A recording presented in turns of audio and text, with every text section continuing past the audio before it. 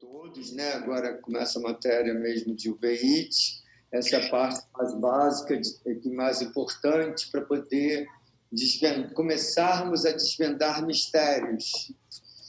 E porque o UVIT, retinite, esclerite, tudo simula muita coisa, parece tudo igual. O aluno R1, o R2, quando está na emergência, vê uma apresentação diferente, que a forma de apresentação muda. Quando já chega no ambulatório, já cronificado, já vindo encaminhado de alguém. Então, as formas de apresentação clínica também vão ser faladas aqui. Mas o passo a passo vai ser importante para a gente começar a desvendar mistérios, né, separando elas didaticamente através da nomenclatura. Então, doutora Tamara Heringer, estudante de terceiro ano, agora a bola é tua, pode começar. Boa noite a todos, eu quero agradecer a presença de cada um aqui hoje na aula, professor Francisco. Essa aula, como o professor já introduziu, ela é sobre a base do que a gente vai construir ao longo de todo o curso. Então, aqui a gente vai aprender um pouco de nomenclatura, mas também da estrutura, o que é, os nomes que vocês vão citar bastante, para dar embasamento para a gente entender como é que vai ser o tratamento, o diagnóstico, o acompanhamento das outras enfermidades que vocês vão ver nas aulas desse curso da UVIT. Então, deixa eu começar aqui.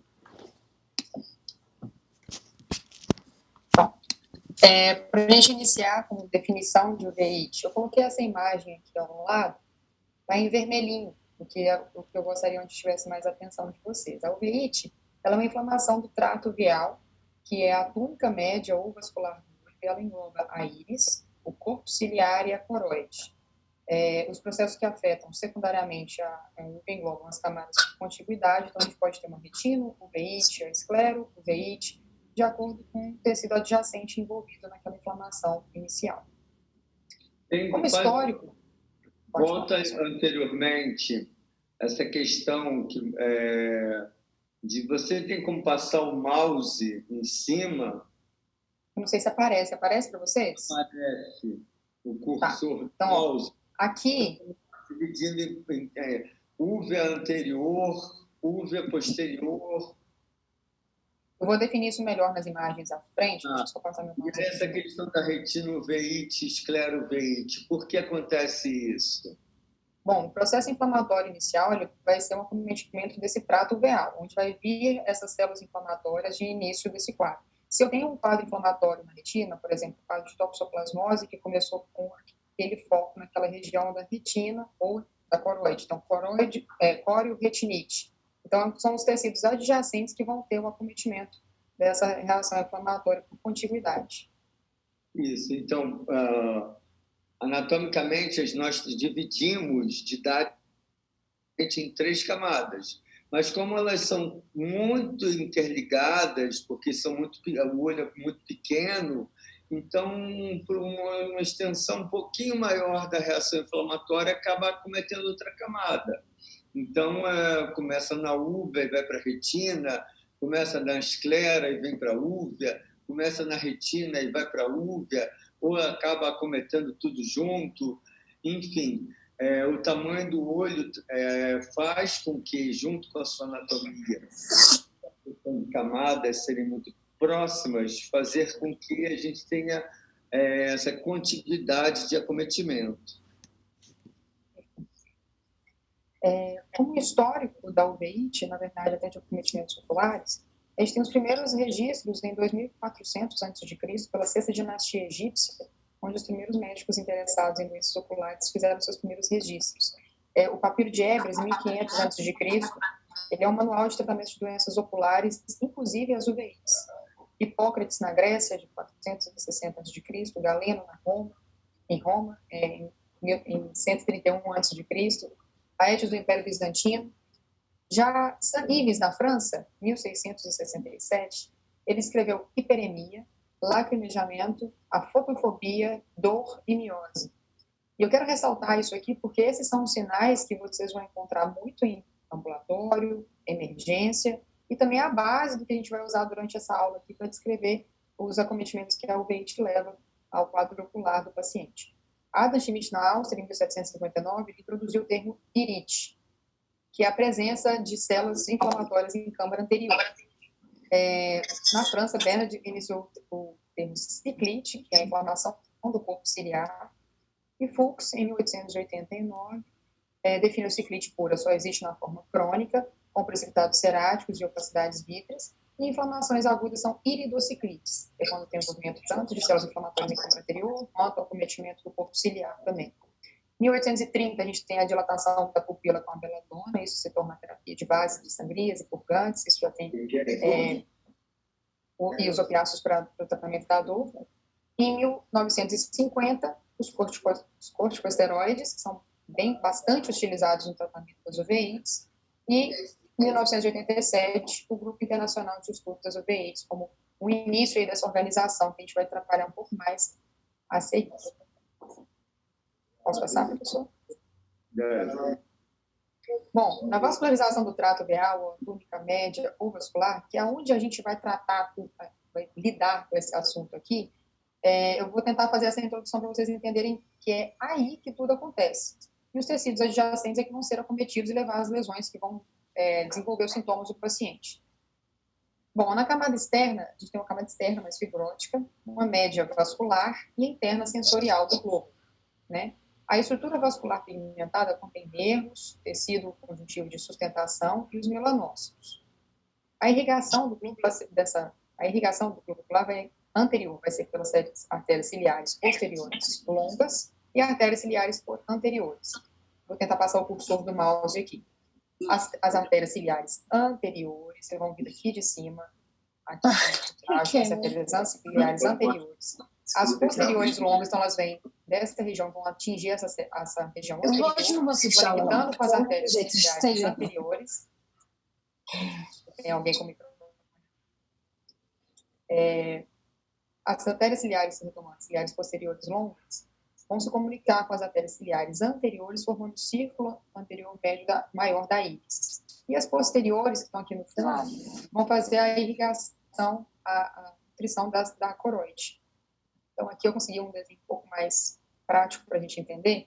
Então, mais uma vez, as artérias ciliares anteriores, as artérias ciliares posteriores longas, comunicando com elas, formando um círculo maior da íris, arterial maior da íris, que vão fazer a nutrição do corpo ciliar, e as ciliares posteriores curtas na região de poro, formando a região de poro capilar também.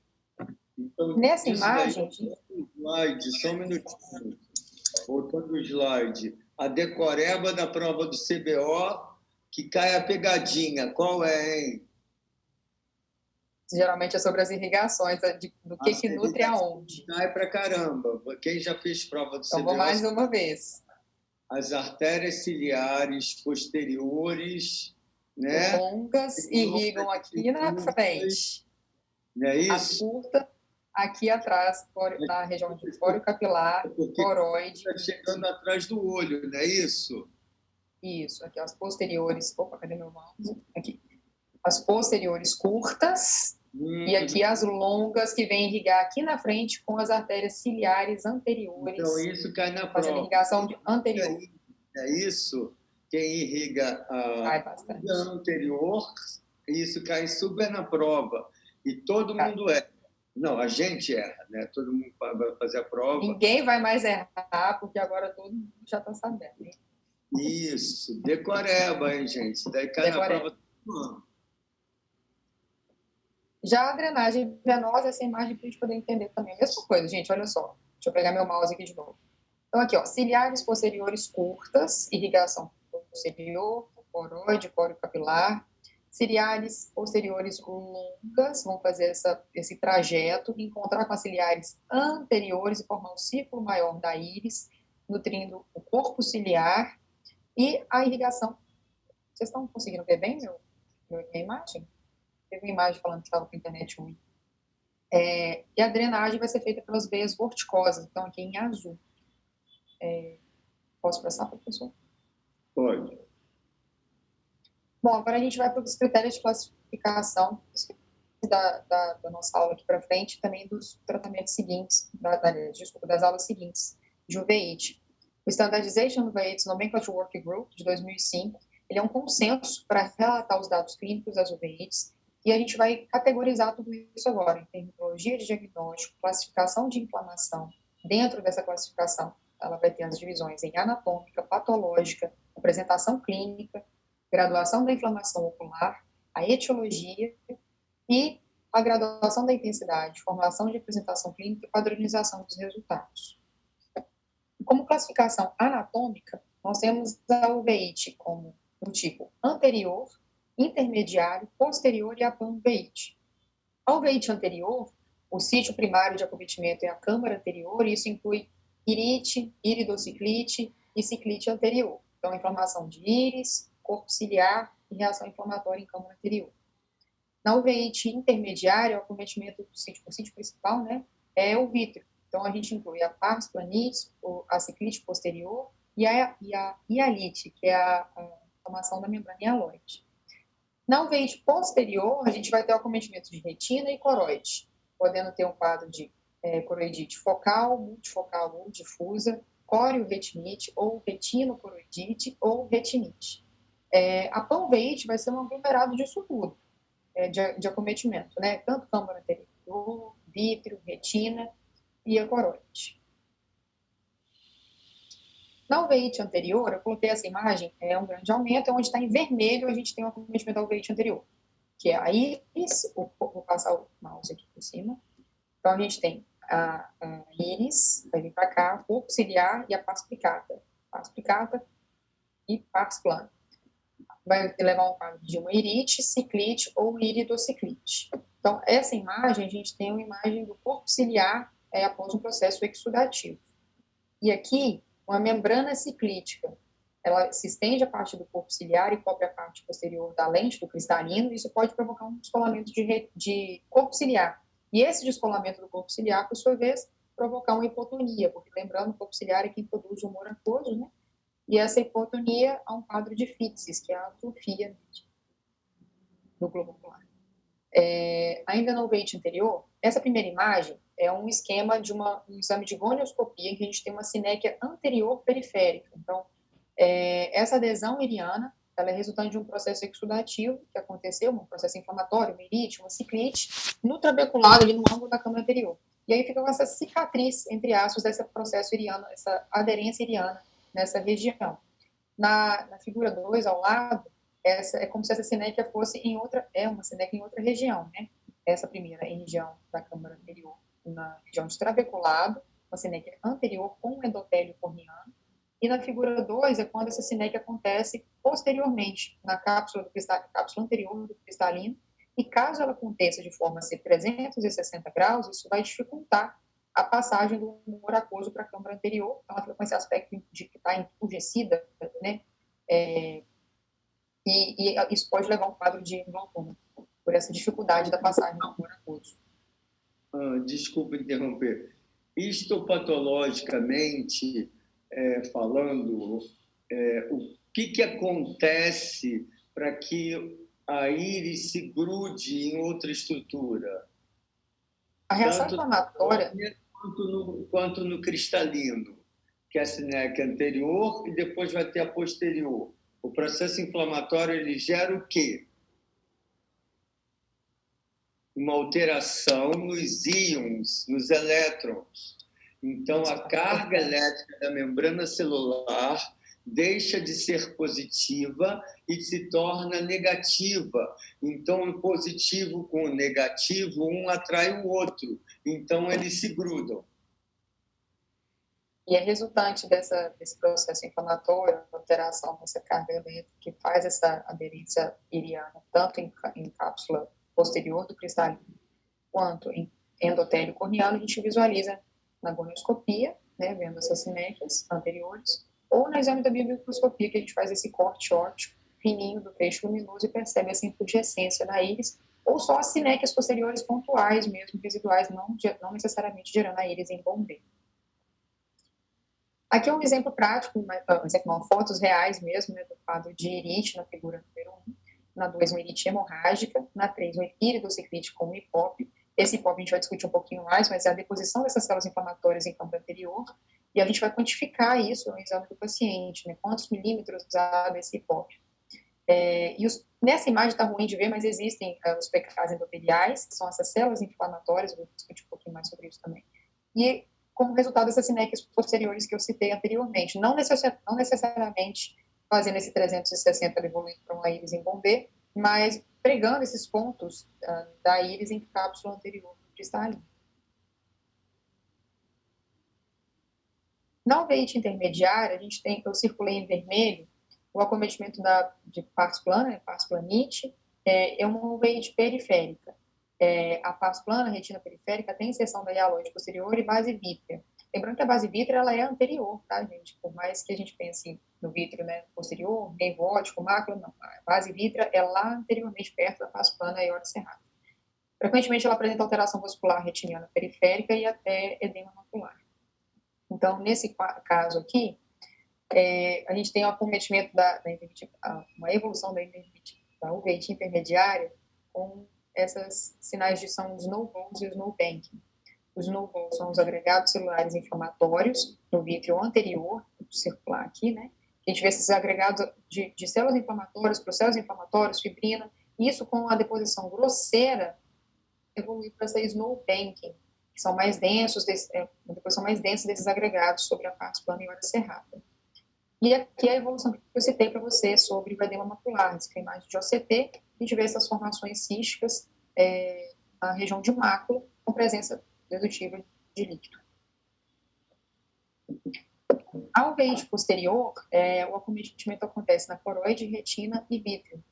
Então, na uveíte posterior, que é atrás da hialoide, base vítreo. Então, só para a gente entender melhor essa imagem, a pars picada, pars plana, então, para cá estaria a câmara anterior, e aqui a gente tem aorta cerrada, base vítrea e retina. Esse é um esqueminha desenhando para a gente sobre a coroidite periférica. A gente vê mobilizações pigmentares em periferia, poupando o polo posterior. E nessa segunda imagem, a retina já cicatrizada, na verdade até ausente, a gente consegue ver os vasos da coroide por trás, né? Transparência. E as mobilizações pigmentares evidenciando um processo já resolvido e as lesões bem delimitadas. É um estágio atrófico, que a gente chama da coroidite disseminar. Ali é branco por quê? Acabou a retina, consumiu aquilo tudo, o processo inflamatório. A retina e a úvea. Ali é a esclera que a gente está vendo. Então, como uma uveoretinite, uma retinocoroidite ou uma uveoretinite que destruiu as duas camadas, e ali a gente está vendo o branco da esclera. Né? Tem outras regiões aqui que está circundando a parte mais ao lado do nervo óptico, a nível da mácula. Você vê que está um pouquinho preto, aquele preto ali que você está vendo é a úvea, o pele pigmentar da úvea. Então, o que está em branco é a esclera. E os vasos, eles são os nossos vasos mesmo, os ramos da artéria e da veia oftálmica.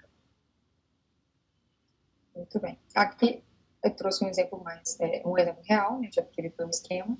Então, na figura uma coroidite aguda, o que a gente percebe? Você tem uma turvação vítrea, já sugerindo haze, celularidade, presença de proteínas nesse vítreo, que dificulta a visualização adequada tanto do nervo quanto dos vasos. Uma lesão brancacenta, mal definida. Na figura 2, uma cororetinite recorrente, em fase aguda, e eu sei que ela é recorrente, muito provavelmente por causa dessa lesão aqui, ó, bem delimitada, com a mobilização pigmentar, que sugere para a gente que é um processo que aconteceu antes. Além dessa outra aqui, branca, mal delimitada, e o edema de disco associado, além da vitreite, e a dificuldade de ver através desses meios. E na figura 3, você já consegue definir melhor esses vasos, não tem mais edema de disco, a gente tem uma lesão cicatricial, mais uma vez vendo por transparência, região de esclera, mobilizações pigmentares e os vasos por trás da retina, não só os vasos retinianos que estão aparecendo aqui por cima. Então, será que nessa figura 2 aí não seria classificado como um foco satélite? Ó, já teve duas lesões, né? O outro, né? Está andando, chegou lá na mácula e no nervo óptico. Então, essa é uma piora do quadro clínico, mostra uma cronicidade da doença e está progredindo. Toxoplasmose tem essa questão, tem essa característica. Às vezes ela está periférica e vão tendo vários episódios recorrentes até chegar a uma área nobre do olho. Inicialmente, o paciente não reclama de baixa visual, vai ficar... Tem até a turbação vítrea, que dá baixa visual nele, a mosquinha voando, mas aí trata, melhora. Mas aí, quantos mais episódios tiver, olha aí, chegou na área nobre. Chegou na... Esse paciente tem uma baixa de visão importante. Mas, enfim, seguimos. Bom, agora a gente vai para a uveíte difusa, uma pan-uveíte, que acomete o corpo ciliar, íris, coroide.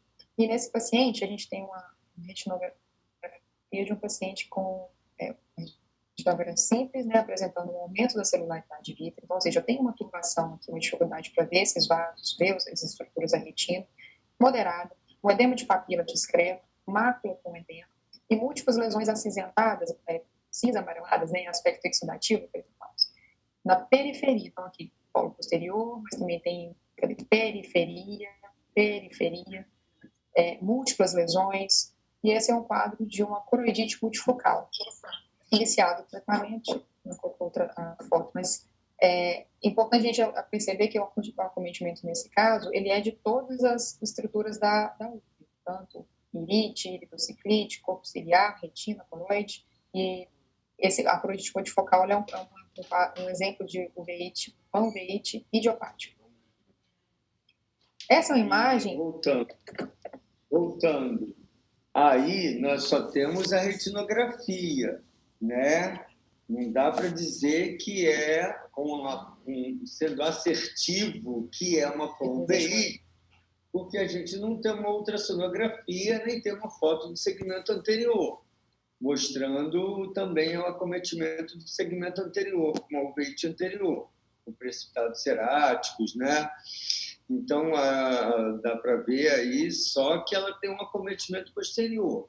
Então, para esse slide melhorar, para ficar ideal, para você ser assertiva, né? E dizer que é uma uveíte difusa, você teria que ter mais outras imagens, principalmente com uma ultrassonografia e uma foto do segmento anterior. Mas eu deixei isso, Tamara, só para eu poder... Eu sabia, professor. Não, eu deixo... Para poder pontuar para todo mundo aprender. Né, o entendimento da classificação, porque quando a gente for apresentar no congresso, apresentar no caso clínico, eles vão ficar em cima da gente. E eles vão pedir, você está dizendo que é uma pan-uveíte, mas cadê o segmento anterior? Cadê o ultrassom? Enfim, mas ok. Era só para fazer Esse é um paciente... Um exercício. Eu deveria ter colocado o resto.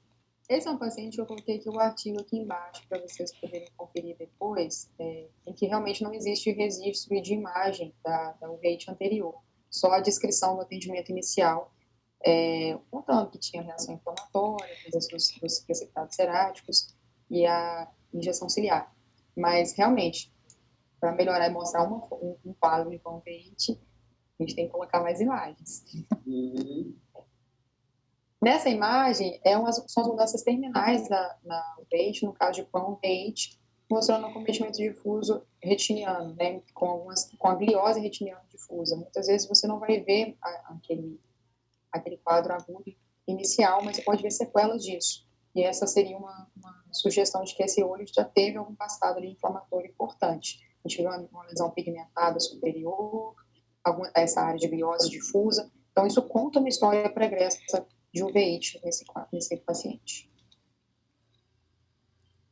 Na classificação patológica, a gente tem a divisão entre infecciosa, não infecciosa, inflamatória ou autoimune.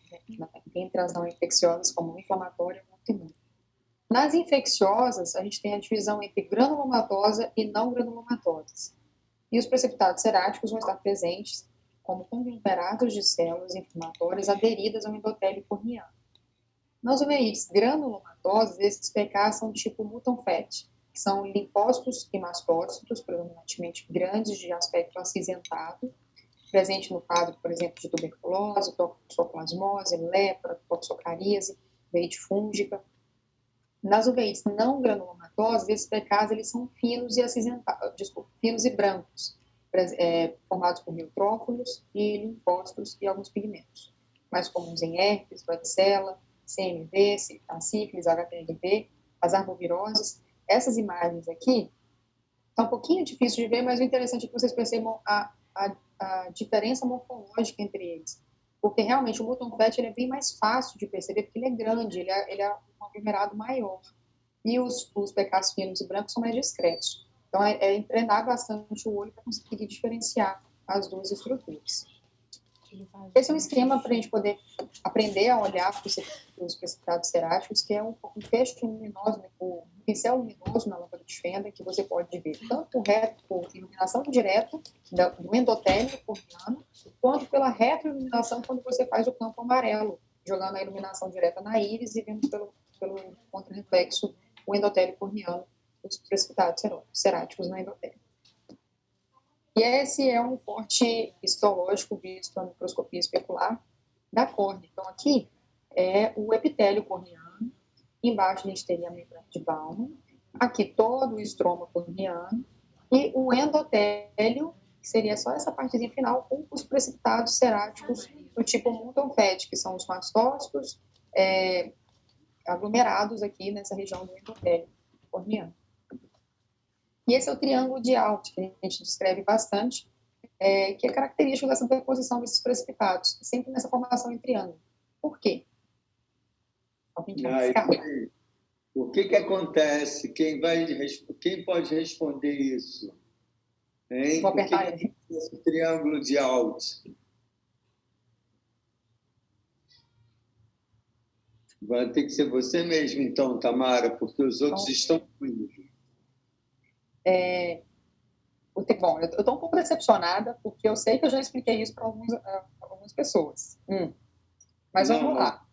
Deixa eu ver. Deixa eu fazer uma escolha aqui, ó. Deixa eu fazer uma escolha aqui de quem está presente, quem sabe disso e vai responder, eu tenho certeza, porque eu já mostrei isso. O Tiago Barcelo, se tiver aí, ele sabe dizer o que é, porque eu mostrei para ele e expliquei o porquê. Pessoal, você foi certeiro, porque ele sabe mesmo. Opa! Vai, Tiago. Nota de orgulho, Tiago. O que acontece o triângulo de Alt? Pelo fluxo de convecção do Moracoso. E aí? Como é que ele faz mesmo? Ele sai do corpo ciliar, não é isso? Isso. Pela diferença de temperatura, ele vai fazendo essa corrente de convecção. Aí a tendência de deposição ali inferior. Porque Esse é meu residente. Sobe, desce, vai para o canal de Chilem para poder fazer a absorção do Moracoso. E a devida temperatura realmente ser mais quente embaixo do que em cima, ele cai. E também pela gravidade. Uhum. Passou, Thiago, tirou 10. Thiago, obrigado. Perdi o R1, hein? É meu R1, professor. Sou uma mãe orgulhosa aqui. Eu escolhi ele, tenta responder. Não, foi certeiro. Parabéns, Thiago, mas é isso mesmo. Então, a gente tem essa diferença de corrente de convecção que vai depositando nessa forma triangular aí as células inflamatórias em endotélio corneano. Continuando, divisões agora por apresentação clínica. O tipo de resposta vai depender mais da intensidade do que da natureza da infecção, e a gente pode dividir a uveíte em aguda, crônica e recidivante. Na uveíte aguda, a gente vai ter essa evolução em menos de 3 meses, como as causas principais das uveites anteriores, idiopáticas, as irites associadas ao HIV-27, urticoriana aguarada, toxoplasmose, infecções bacterianas pós-cirúrgicas e traumas. Nas uveites crônicas, a gente tem uma evolução por mais de 3 meses sem o tratamento, que seriam as causas mais frequentes. A artrite idiopática juvenil, a tuberculose, coroidite multifocal, as fúngicas pós-cirúrgicas e a oftalmia simpática e a uveíte intermediária. As recidivantes, elas vão ter crises intermitentes e o tratamento vai ser superior a 3 meses. Na standardization rates, enfim, voltando um minutinho antes, volta ali. A uveíte recidivante, ela já vai ajudar muito em hipóteses diagnósticas, porque existem doenças que cursam com uveites recidivantes. Principalmente no caso das uveites anteriores recidivantes, a gente tem, no mundo das não granulomatosas, as virais, e das não granulomatosas infecciosas, desculpa, as virais, e das não granulomatosas não infecciosas ou autoimunes inflamatórias, a gente tem a espondiloartrite, espondilite anquilosante, a artrite psoriásica, a artrite reativa. Então, isso daí vocês vão ver muito na emergência. O paciente volta várias vezes com um quadro de uveíte e, coincidentemente, ele vai chegar no plantão para você. Vai mesmo. Vai. Acontece com muita frequência. E aí nós vamos passar o caso, a gente subir, vai para o segundo andar para passar o caso para o Francisco. Francisco. Voltando aqui, nos critérios SAM, a gente pode ter, então, essa divisão pelo acometimento súbito, insidioso, limitado, vai ser menor ou igual a 3 meses de duração, persistente, que é quando tem mais de 3 meses de duração. O curso agudo ele pode ter episódio caracterizado, pode ter um episódio caracterizado pelo acometimento súbito e uma limitação na duração especificada. E o recorrente, ele vai ter os episódios repetitivos separados por períodos de acalmia, de inatividade, e um tratamento superior ou igual a 3 meses de duração. O crônico vai ser aquela uveíte persistente por mais de 3 meses depois da descontinuidade do tratamento. Na graduação da inflamação ocular, essa imagem, inclusive, que representa o que o R1 precisa ver para conseguir entender a reação de câmara anterior. Essa é uma reação de câmara anterior intensa, inclusive, né? São esses montes de pontinhos aqui que vão ficar girando perto da íris, eles vão subindo em ascensão, perto da córnea, descendo. Então, você vai ver essa corrente de convecção acontecendo no feixe luminoso. Ela vai ser dividida em celularidade da câmara anterior, o flare da câmara anterior, que tem não só a ver com a celularidade, mas com a presença de proteínas nesse humor aquoso. Proteínas é corrente da inflamação. A celularidade vítrea e a turvação vítrea, que com a presença de Reis, que também são essas proteínas, e os debris, né, presentes por causa da fibrina. E essa quantidade de inflamação, essa celularidade, presença de proteína, flare, Reis, é que a gente vai classificar em cruzes, quando é 0, menor do que uma célula presente em câmara anterior, e até 4 cruzes, quando você tem mais de 50 células nesse feixe óptico, que você deu uma pontada ali e percebeu que está mais do que 50, e a variação entre isso, entre as quantidades de cruzes. E a mesma coisa também vale para essa descrição, né? A quantidade de cruzes, como é que eu vou classificar isso? Da graduação dessa inflamação, se é intensa, moderada, ou se não há nenhuma inflamação presente. Então, voltando, em termos práticos, o que é isso, né, essa celularidade? A celularidade é como se fosse aquela fumacinha, aquela poeirinha do cinema, quando você vai ao cinema e se vê, olha para a projeção, para o projetor e vê aquela poeirinha andando. Então, a gente vai ver essa poeirinha. O SAM está tendo uma releitura, porque na vida prática conseguir contar a célula fica meio difícil, né? De 1 para 5, nossa senhora, de 6 para 15, aí 20. Na vida real, eu acho que se gradua realmente sem atividade, com uma atividade leve, com uma moderada e severa. Que só com a vida prática mesmo, de ver, a gente vai entender isso. E quanto mais a gente tem celularidade, na grande maioria dos casos, o paciente tem mais sintomatologia de dor, fotofobia, visão turva e olho vermelho mais intenso, provavelmente. Não é uma regra.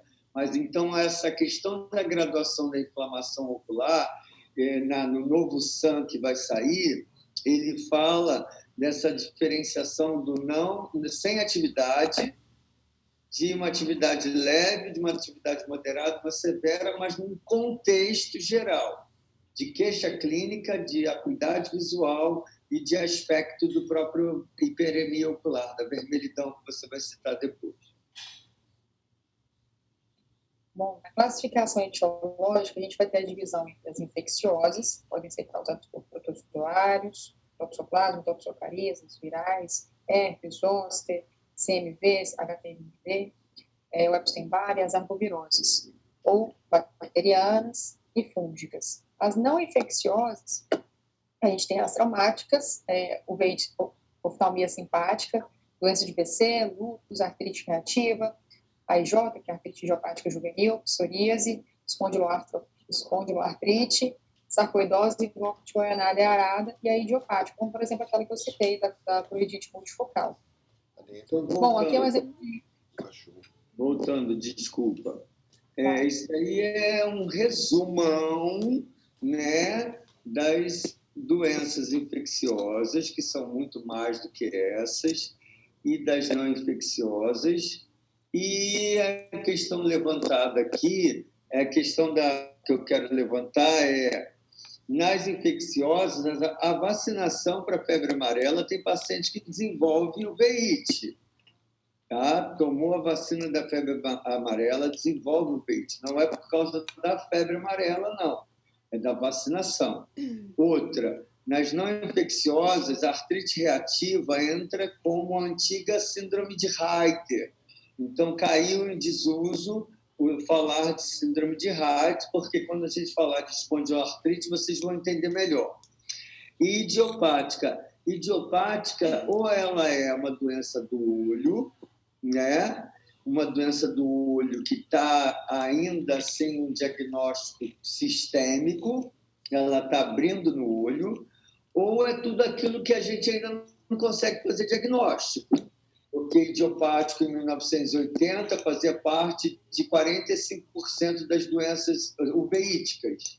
Hoje em dia, através de consensos, exames complementares, idiopática caiu para 24%.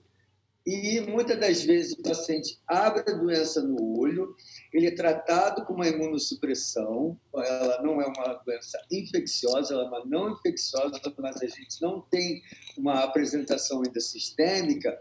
Então, como você trata, imunossuprime o paciente, muitas das vezes ele nunca vai abrir o quadro da doença sistêmica autoimune ou inflamatória ou reumatológica, porque ele vai estar imunossuprimido.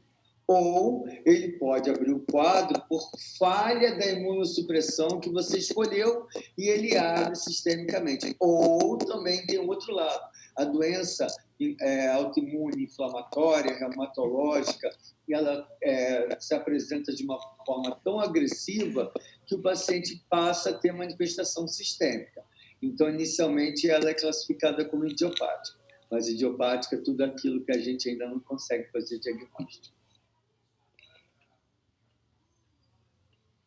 Muito bem. Então, como exemplo da classificação etiológica das UVIs bacterianas, eu trouxe um exemplo da tuberculose, com a lesão coreo-reticulares, na imagem associada a uma vasculite.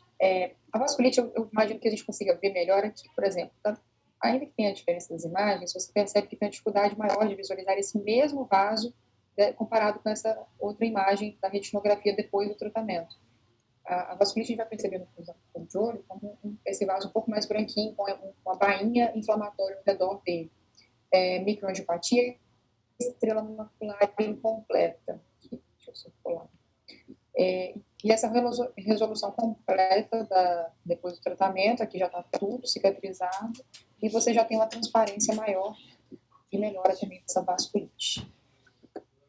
No segmento anterior, a gente vai ter, figura 1, os flocos de íris, na íris, a tuberculose na sua forma miliar, na figura número 2, o nódulo iriano, na borda pupilar, e na figura 4, o tuberculoma iriano. Como exemplo etiológico de uveiite viral, elas podem cursar com aumento da pressão intraocular, mais comum na zoster, necrose aguda da retina, evidente, por exemplo, em pacientes com CMV, imunocomprometidos, um quadro bem dramático. As lesões periféricas que podem confluir em formato de descolamento reumatogênico da retina. E essa imagem é uma imagem do paciente que teve um episódio de herpes zoster na iluminação direta, na imagem 1. A gente não encontra nenhuma lesão na íris, mas quando a gente faz a iluminação da transiluminação pupilar, você percebe que, por reflexo retiniano, essa íris está cheia de partes de atrofia, por perceptível, né, de atrofia no seu epitélio. Ou seja, teve um processo inflamatório naquela região, um quadro de irite, muito provavelmente, que levou a essa cicatrização dessa maneira. Então, Mas autoimune... Desculpe. Cai na prova, hein? Que o veite que causa aumento de pressão intraocular é o veite viral, principalmente por herpes zoster, porque cai na prova porque a espondiloartrite ela cursa com hipotensão, e a grande maioria das ciclites, quando é iridociclite, faz hipotensão, porque o corpo ciliar para de produzir, né, na bomba de sódio e potássio a anidrase carbônica e leva o beta-bloqueio e não produz o moracoso, então cursa com hipotensão. E as virais também cursam com hipertensão, principalmente os zoster, porque essa perda de pigmento iriano, se você fizer uma gonioscopia, o trabeculado vai estar extremamente pigmentado. Então, consequentemente, ele aumenta a pressão intraocular devido à cronicidade, devido à perda das células do epitélio pigmentado da íris. Então, o trabeculado fica entupido, por isso que ele cursa com o aumento da pia. E também, né, nas uveites granulomatosas, não granulomatosas, mas de apresentação severa, o precipitado cerático é tão denso e o TINDA, o FLAIR, ele é tão denso, a celularidade é tão densa, tão alta, que entope o trabeculado, dificulta a drenagem do moracoso. Então, essa questão da pressão intraocular ela é julgada de acordo, e é um sinal também mostrar para você que o paciente você está de frente de uma doença de apresentação mais severa do que uma apresentação mais branda. Nas autoimunes, falando sobre as espondiloartropatias, a gente tem uma apresentação de uveíte aguda anterior recorrente, como você já até citou anteriormente. Elas estão associadas ao HLA-B27, que engloba a artrite reativa, antiga Reiter, artrite psoriásica, espondilite anquilosante e as doenças inflamatórias intestinais. Aqui eu trouxe um exemplo de um quadro de um paciente homem, jovem, com quadro ocular agudo, unilateral, na espondiloartrite, a espondilite anquilosante no adulto.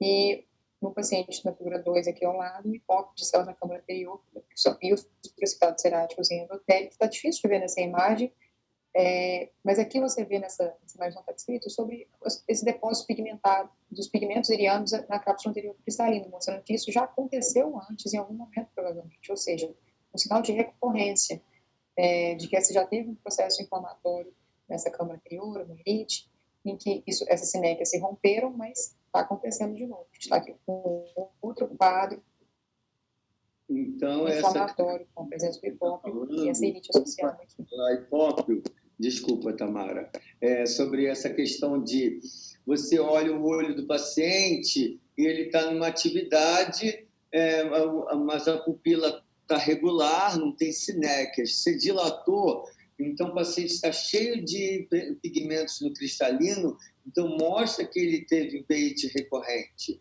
Então, isso daí, para o reumatologista, é importantíssimo, porque ele vai saber qual o imunossupressor que ele vai ter que usar, do que, às vezes, ficar só no tratamento tópico ou usar um imunossupressor que vai tratar o paciente que não vai pegar o olho, mas que já teve episódios recorrentes e vai modular o tipo de medicamento imunossupressor que ele vai usar. Então, é importantíssimo dilatar a pupila. E aí, continuando sobre hipópio.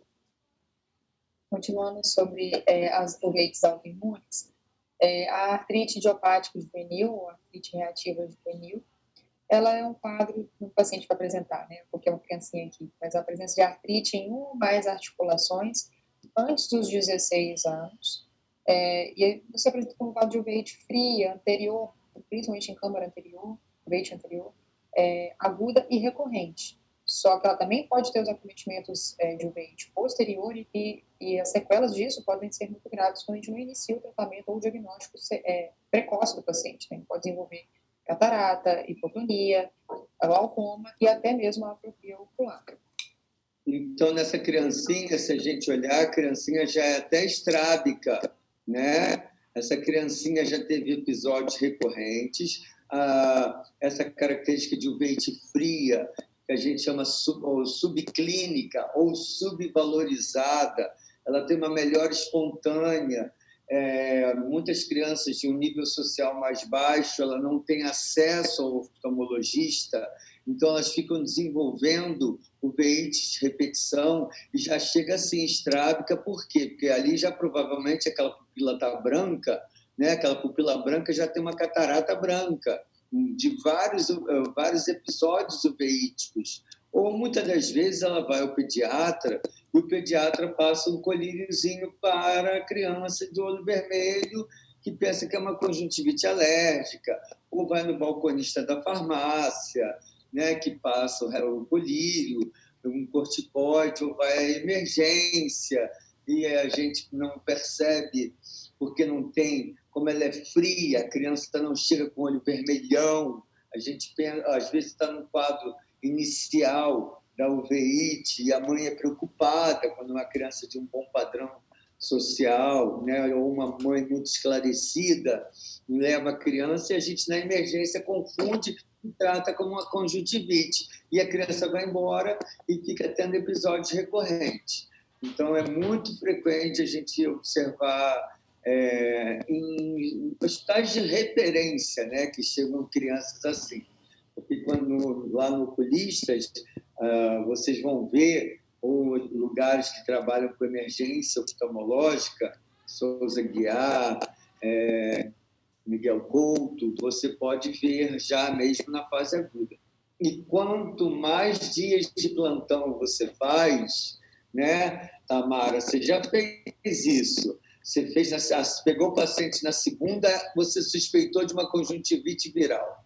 Aí a criancinha volta na quinta-feira e é você de novo no plantão, ou está no sábado e é você que está no sábado no plantão e a criança está com Tyndall e flare, e está com a hiperemia, fotofobia e dor. Então, realmente, você inicialmente pensou que era uma conjuntivite viral e depois ela abriu o quadro todo florido. Então, o tempo que você pega a criança ou o paciente, né, vocês vão ver isso na emergência, o seu colega do plantão anterior não pegou o mesmo quadro que você. Então, vai pensar assim, como é que ele está papou mosca? Né? Não é que papou mosca, que o quadro estava na fase inicial, não estava florido, não tinha como fazer diagnóstico. Como vão ter nas conjuntivites virais, que daqui a pouco, mais tarde, vão ter surtos no final do ano, né? Chega uma conjuntivite viral, aí daqui a pouco chega ela cheia de pseudomembrana, entendeu? Então, com complicações de infiltrado corneano. Então, a apresentação vai ser de acordo com o momento que você vai ver na fase aguda da doença.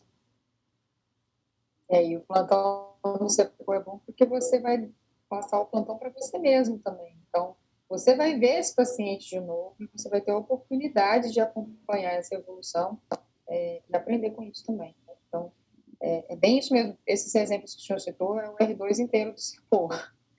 Você vê exatamente isso acontecer. Então, é uma chance boa da gente aprender também a evolução dos quadros. Outro exemplo de uveíte para classificação etiológica autoimune é a Vogt-Koyanari arada. É uma doença sistêmica autoimune granulomatosa que acomete os tecidos pigmentados do sistema nervoso central, dos olhos, ouvido interno e pele. Então, aqui nessas imagens, a gente vê que é uma uveíte difusa granulomatosa bilateral. Ela cursa com poliose, que é essa imagem inferior à esquerda, que é essa diferença de coloração, despigmentação dos cílios. Vitiligo, né, como eu disse, também acomete a pele, alopécia e disacusia.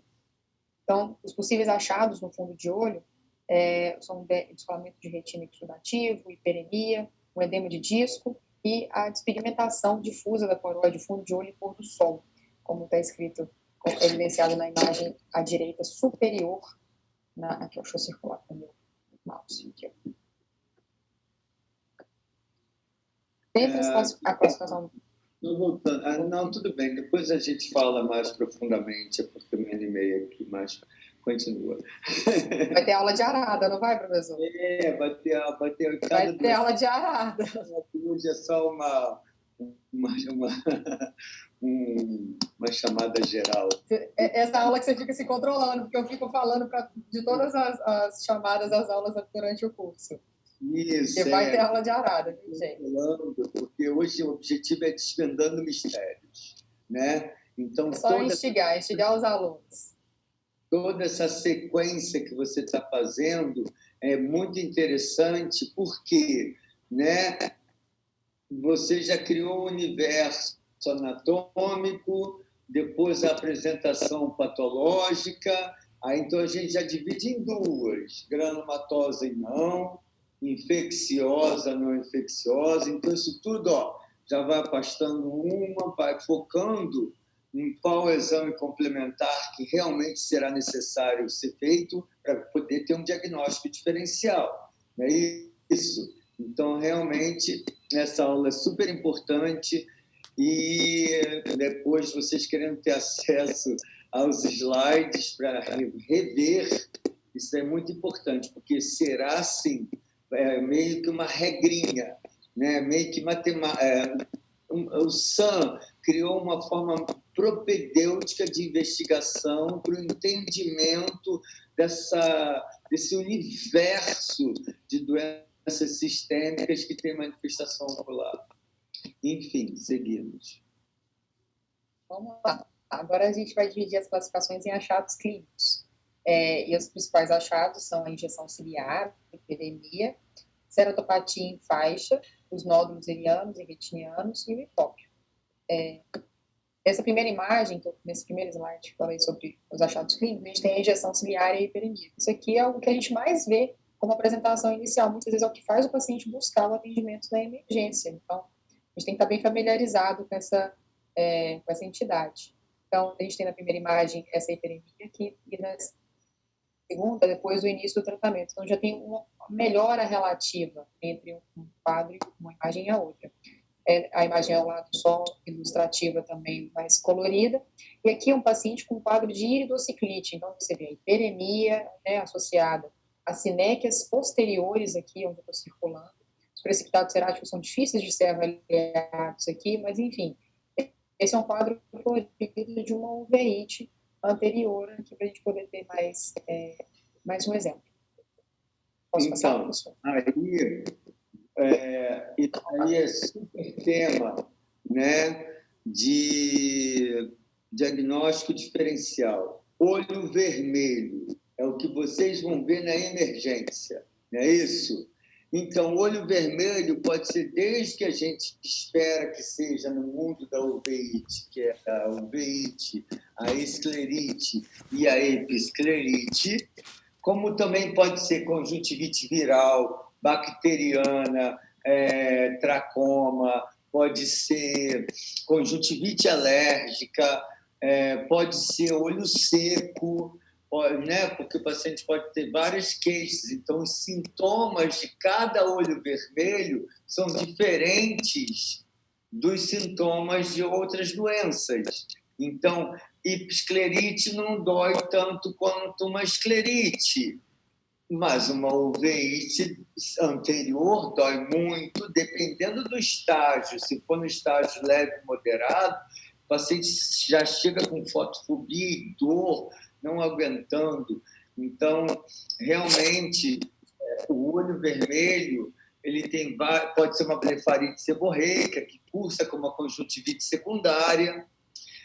Então, o olho vermelho é o que vai chegar na emergência para vocês e que vai ser o grande exercício dos achados que você, no exame da biomicroscopia, vai fazer para ver se tem folículo, papila, colher a história clínica do paciente. Porque o paciente não é um olho, o paciente é uma história clínica, ele é um indivíduo que está tendo uma apresentação no olho de uma coisa que está acontecendo com ele. Então, pode ter sido uma queimadura química, né? Pode ter sido muita poeira que caiu no olho. Então, ouvir o paciente, a história também é soberana. E o exame clínico também ele é soberano. Então, o VEIT vai ser necessário você ter que conjugar e relembrar um pouquinho de clínica médica, né? Vai voltar a ser médico, não vai pensar só na bola de gude. A bola de gude ela é um demonstrativo. Então, a história clínica ela é soberana. Outro achado clínico importante é a ceratopatia em faixa, que são depósitos de cálcio na superfície corneana, mais especificamente na membrana do palmo. Ela se inicia na região do limbo, e eles são mais comuns em iridociclites crônicas e uveites intermediárias, como achado subclínico. Então, 2 exemplos aqui da ceratopatia em faixa, no paciente em artrite reumatoide juvenil. Outro achado mais interessante aqui para a gente vai ser os nódulos irianos, que é Pivusacra, porque esses caem muito em prova. Então, é interessante vocês diferenciarem o que realmente diferencia um do outro, na verdade, porque eles são semelhantes na sua descrição. A diferença é que os nódulos de Kep, eles estão à margem da pupila da íris e eles não levam à formação de sinéquias. Eles são nódulos efêmeros do epitélio que acomete a margem pupilar da íris. São, de tudo, bem semelhantes aos nódulos de Bussaca, e a sua localização é que vai fazer a diferença toda entre um e outro. Eles não levam à formação de sinéquias, já os de Bussaca, eles são chamados de flaconômidos, né? Também são nódulos efêmeros que apresentam as suas pequenas massas em estroma iriano. Ambos têm uma vida curta de duração. Está na prova, hein? Porque é a imagem real. B de bola não é bordo. B de bola está no estroma. Então, é ao contrário. Quando você está em bordo, é Kep. Isso. E o Bussaca seria o estroma. O estroma é Bussaca. Então, isso cai na prova mesmo, todo ano. Aqui eu coloquei uma imagem para vocês perceberem que é discreto. Então, o exame físico, você tem que saber o que você procura, porque muitas vezes isso pode passar batido. Os nódulos de Kep bem na bordinha iriana, e aqui no estroma iriano, os nódulos de Bussaca. Agora, o hipócrita, que a gente já citou um monte de vezes aqui, né? Muito presente em uma doença de BC, artrite reativa, a antiga Reiter, herpes simplex e na iridociclite veraguda. E a gente tem que diferenciá-lo entre o hipócrita inflamatório e o infeccioso. Então, a gente vê muito diferente que os dois olhos, o acometimento com o hipócrita. Percebe que esse olho está totalmente calmo, ele está branco. É um quadro de retinoblastoma com um hipócrita que mais ou menos 3 milímetros. E aqui esse olho totalmente vermelho, engurgitado. Então, ou seja, muita reação inflamatória presente. Então, esse aqui a gente já entenderia que tem todo, além da sintomatologia do paciente, claro, né, também vai ajudar a contribuir para a gente pensar no infeccioso ou inflamatório. Então, essa é a divisão entre as duas possibilidades do hipócrita. Então, vamos lá. Voltando, desculpa. O infeccioso, ele é mais amarelinho, mais verdinho, né? O olho está muito mais dolorido. O nosso grande medo é a endoftalmite. Né? A endoftalmite pode ser pós-cirúrgica, que é o grande medo da gente, mas também tem endoftalmite endógena, né? De uma doença endógena que causa endoftalmite. E endoftalmite fúngica, bacteriana. Só que essa característica de ter essa hiperemia intensa, né, a dor, ela é muito mais característica do que no hipócrito inflamatório. Tudo bem que tem hipócritos inflamatórios que são branquinhos, mas o olho também está vermelho. Na espondiloartrite também pode ter hipócrito inflamatório branquinho, mas só que o paciente faz hiperemia ocular. Enquanto que na doença de BC ele não faz hiperemia ocular, o hipópio também é branquinho e tem a característica de quando ele vira para o lado, vira para o outro, o hipópio anda. Ele é soltinho, ele não tem tanta fibrina aderindo no trabeculado.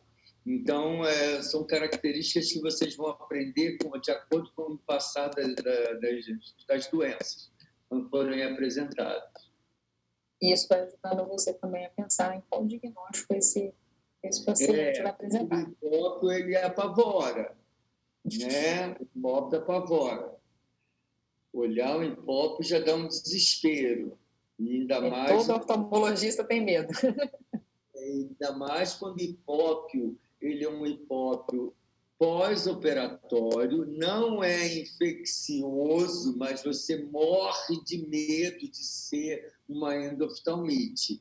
E, às vezes, é uma reação, né, aos produtos colocados dentro do olho do paciente que gerou um hipópio. Ou o paciente tinha uveíte anterior e desencadeou uma crise pós-operatória, membrana inflamatória. Ou você manipula muito na facoemulsificação ou na cirurgia do glaucoma e o paciente também faz hipópio. Então, dá um medo, mas é aquela coisa que respira, liga para o staff, ou se você está no plantão, né? Ou se você está trabalhando durante o dia na emergência, chama o seu colega mais experiente e começa aquela sessão de, né, investigação e torcendo para que ele seja uma reação inflamatória estéril. Um hipópio inflamatório, desculpa. Não, a gente vai ter aula disso ainda no futuro, da reação de TAS, né? E que muitas vezes acontece, eu falo isso muito com o Thiago até, uma das coisas que o Gabriel me passou, é a maneira que a gente lava o material, às vezes pode estar com luva, um restinho de pó da luva, e isso acumula no material cirúrgico, ele vai ser esterilizado, mas aquele restinho de paciente que vai gerar esse pó e dar esse desespero todo que não vale a pena, gente. Então, seguimos. Esse slide ele vai tentar mostrar para vocês a importância para a gente, a importância do paciente com uveites ser avaliado de maneira ampla. Por quê? O que a gente tem aqui? Concomitantemente, um laudo oftalmológico de um paciente com acuidade visual no direito de 20/20 e no esquerdo 20/60. A pressão no olho direito de 12 e no esquerdo de 21, ou seja, uma baixa de visão no olho esquerdo, um aumento de pressão desse olho também. No exame da biomicroscopia, o olho direito com nada digno de nota. E no esquerdo, hiperemia conjuntival, de 3 cruzes, gradação dessa reação inflamatória que a gente conversou no começo dessa aula. Os precipitados ceráticos finos, então, a gente já pensa lá em uveíte, uveíte granulomatosa, que já está dentro de uveites infecciosas, quadro de precipitados ceráticos e uveíte granulomatosas, com sinéquias posteriores e o FLAIR, que fala a favor de presença de proteínas, turvação ali daquela câmara anterior com o humor aquoso. O fundo de olho no olho direito está normal e do olho esquerdo está dificultado pela opacidade desses meios, com essa presença de toda a reação inflamatória. E o laudo reumatológico, ele é um paciente que tem uma sacroileite, osteite, neoformação óssea, empesite, que é uma das principais dos principais achados, limitação dos movimentos da coluna e o HLA-B27 positivo. Então, o meu laudo oftalmológico, eu recebo esse paciente, então eu vou pensar numa uveíte anterior, não granulomatosa, podendo sugerir a espondiloartrite, e eu recomendo essa investigação. O reumatologista, ele já tem um laudo de espondiloartrite em uso do anti-inflamatório não, sob controle, só que com quadro de olho vermelho e uma diminuição da visão. Será que é uma uveíte? Ou seja, é o mesmo paciente sendo avaliado por 2 profissionais diferentes, caminhando para o mesmo diagnóstico. Então, o que a gente precisa? A gente precisa de sintonia dessas especialidades. Às vezes o paciente ele vai estar controlado da doença sistêmica, mas ele pode apresentar um quadro ocular e vice-versa. Então, esse paciente tem que ser acompanhado, mesmo que você, por exemplo, resolva o quadro ocular dele, ele tem que ser avaliado junto a outra especialidade, nesse caso, que a gente citou, o reumatologista, mas muitas vezes por outras áreas da clínica médica também. Enfim, para voltar ao assunto, é o seguinte, isso daí foi um aprendizado que eu tive quando eu fiz mestrado em autoimunidade, onde meu professor de reumatologia de autoimunidade sistêmica pedia para que o laudo anterior, Francisco, eu não quero saber, eu nem entendo o que são esses símbolos, né? Voltando ao exame anterior, ao laudo anterior. Então, isso é um laudo de oftalmologista para oftalmologista, né? Ou para apresentar num caso clínico, num congresso para oftalmologista. E o reumatologista, quando escreve isso tudo ali embaixo para a gente, que não somos reumatologistas, também a gente não entende nada. Então, ele pediu para, né, entrarmos em acordo e fazermos o quê? O próximo Fala slide. claro. É um slide objetivo, claro, dizendo o que o paciente tem para ele poder saber investigar. E vice-versa, o que ele tem e o que ele suspeita que seja. Porque, às vezes, o olho vermelho do paciente, aquilo que eu falei, não é uma atividade da uveíte do paciente. Então, ele não vai mudar a conduta. E ele não quer saber se a mácula está com brilho preservado, se o vaso está tortuoso. Ele quer saber se o fundo do olho está bom ou não está bom, se não intoxicou pela hidroxicloroquina. Então, a questão aí é realmente a gente mandar um laudo nosso direcionado, como a gente também espera. Mas muitos deles continuam ainda a reclamar que tem muitos oftalmologistas generalistas que encaminham paciente com uveíte, solicita avaliação do reumatologista. Tá, que tipo de uveíte, né?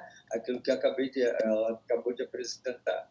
Então, só de dizer para ele, no mínimo, que você tem um paciente com uma uveíte anterior não granulomatosa, ele já vai trilhar para o mundo da investigação das não granulomatosas ou das granulomatosas. Então, o laudo direcionado ele é crucial para que a gente tenha sintonia e consiga chegar ao objetivo do diagnóstico e tratamento mais adequado para o paciente. Mas vamos lá. Bom, uma mensagem para casa é que 75% a 85% das uveites elas podem ser diagnosticadas com um exame oftalmológico completo. E essa sintonia entre as especialidades ela tem que acontecer de forma concomitante, né? No diagnóstico, no tratamento e no acompanhamento desse paciente. A uveíte é uma das especialidades que a gente mais vai precisar ter esse vínculo. Então, fazer um laudo claro, objetivo. Da mesma maneira que a gente tem muitos termos oftalmológicos que são comuns para a gente, mas estranhos às outras especialidades, eles também têm. Então, a gente tem que conseguir fazer essa conversa clara e acompanhar esse paciente com esse outro profissional de outras clínicas, não necessariamente um reumatologista, mas outras clínicas, aí, dependendo do quadro que ele apresentar. Outra mensagem importante para casa é o SAM, né, o Standardization, não veio isso também, que eu deixei para vocês também aqui, o link para o artigo. A classificação clara que a gente vai usar agora durante todas as aulas, anatômica, patológica e apresentação clínica, para os próximos quadros, para as próximas aulas de uveíte que a gente vai ter em sequência. E a divisão idiopática, infecciosa ou não infecciosa. Muito obrigada. Ótima apresentação. Então, interagir a cada slide, porque depois que termina, voltar a todos os slides, eu não acho muito didático. Então, interromper, né? Então, é muito interessante, porque isso daí acrescenta. E nas próximas, a gente vai começar a ter moderador. Então, os moderadores, o presidente apresenta, vou ficar do lado assistindo, mas o moderador vai dando opinião. E para quem já é R3, R2, vai ter o formato novo, onde o moderador vai fazer caso clínico.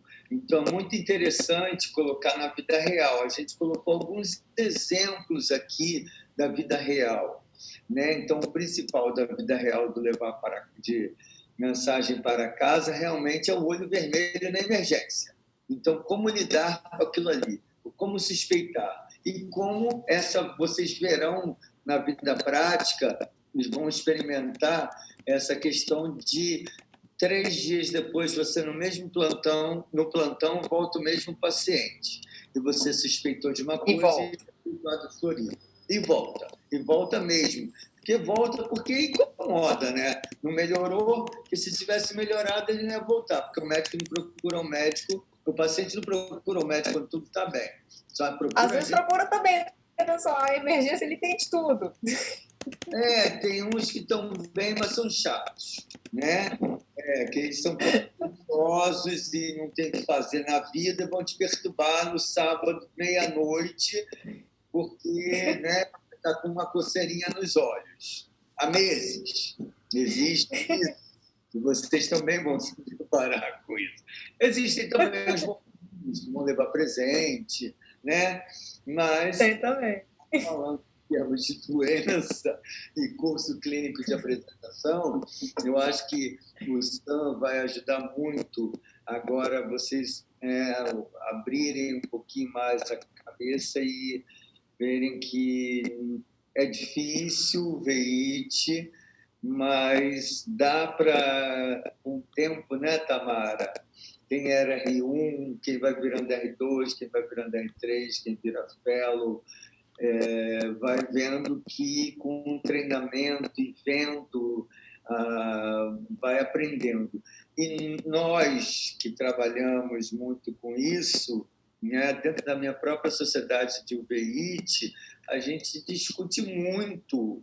Você como participou ano passado, os R2 participaram do ano passado, né? Vocês sabem disso, vocês viam os biólogos discutindo entre si, porque eu tive isso, mas será? Não sei, você faria isso? Entendeu? Então, a gente ainda não tem... nós estamos tendo, de 2018 para cá, que estamos tentando melhorar e já publicamos protocolos, mas nós não temos um protocolo rigoroso, porque as manifestações oculares, elas simulam muitas coisas. Muitas das vezes você pensa que e não é. Então, realmente, é um exercício diário e um exercício de tempo. Mas é ótimo. Eu acho que vocês vão gostar. Parabéns, Tamara. E as fotos ficaram ótimas, hein? Você pegou todo mundo de todos os anos, hein? Aquela foto da piscina ali é clássica. Pois é. Foto da piscina Essa foto da piscina, você pode contar com ela em todas. Ficou bem legal. Eu trouxe a atualização. Então tá, obrigado, Lara, por ter cedido, né, para a gente o Zoom e realmente extrapolou o tempo. Semana que vem é toxoplasmose com a Clarissa. Francisco, sempre que você precisar, você me fala que eu preparo antes eu já tenho todo o calendário e eu mando para você toda semana para você divulgar. Eu vou precisar, sim, pelo menos no início, porque quem é R3 já fez ano passado como R2. Quando virar R1, aí eles vão criar o próprio Zoom pela primeira vez, então vai ter tempo limitado. Mas na próxima aula será a Clarissa com toxoplasmose e a professora Cristina Mucioli, que estuda muito toxoplasmose lá na Escola Paulista de Medicina. Acho que ainda mais que toxoplasmose é um tópico para a gente extremamente importante de saber como lidar com os vários formatos de apresentação e também a questão de cada paciente é diferente de como ele apresenta, como é tratado, grávida, criança, imunossuprimido, enfim, vai ser bem legal. Mas obrigado, Lara. Nada, imagina. Disponha, Francisco. Então tá, Tamara, parabéns. Obrigado a todos pela presença. Semana que vem a gente está aqui, ok? Tchau, tchau. Tudo de bom. Gente.